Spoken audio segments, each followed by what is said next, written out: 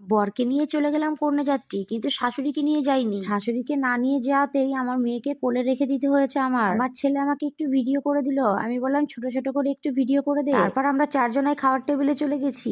খাওয়ার টেবিলে গিয়ে একটু ভিডিও শুট করে নিলাম। যেহেতু বরকে পেয়েছি, তো প্রচন্ড ডিস্টার্ব করছে, মেয়েকে মোবাইল দিয়ে বসিয়ে রেখেছি।